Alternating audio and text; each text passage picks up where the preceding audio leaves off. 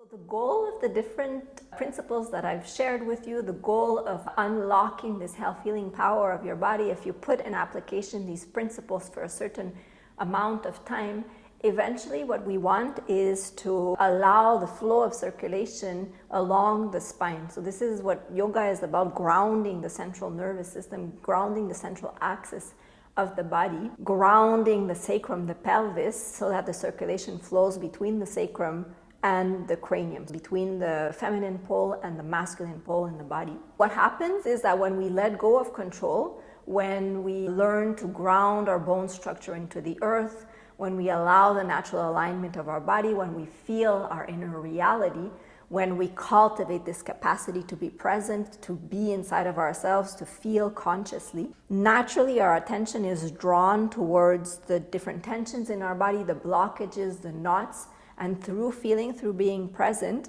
through caring, these knots slowly release. The circulation starts to flow in these parts of our body that were tense.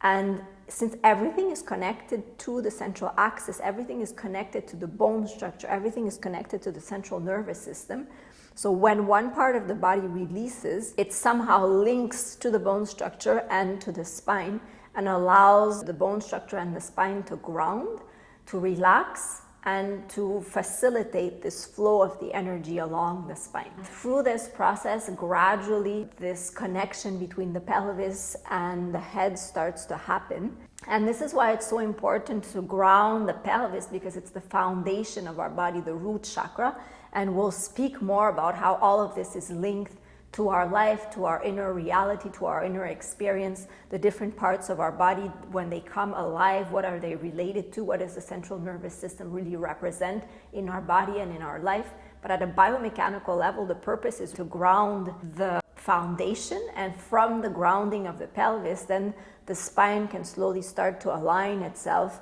so that the flow of circulation can happen between the sacrum and the cranium.